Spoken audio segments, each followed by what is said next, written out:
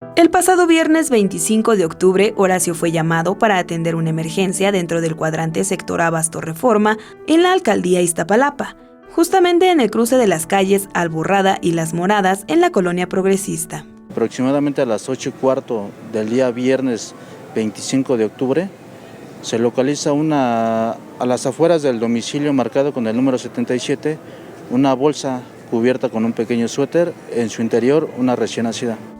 La pequeña fue abandonada afuera de un grupo de alcohólicos anónimos. Estaba dentro de una bolsa de yute envuelta en una chamarra café.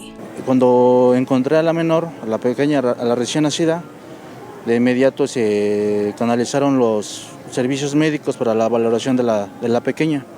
Asimismo se cordonó la zona, se dio parte e informe a las autoridades correspondientes. Fue trasladada al hospital pediátrico de la zona para revisar su estado de salud. La recién nacida aún contaba con el cordón umbilical. Es una sensación de impotencia, de enojo, al ver a la pequeña en esa situación en la que la encuentras.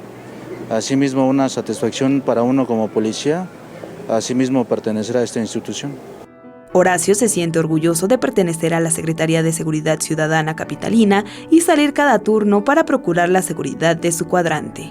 Día con día, pues a eso estamos expuestos, ¿no? Asaltos, robos, pero pues con la capacitación que nos dan y con los principios que tenemos como policías y como persona, poder ayudar a la ciudadanía, ¿no?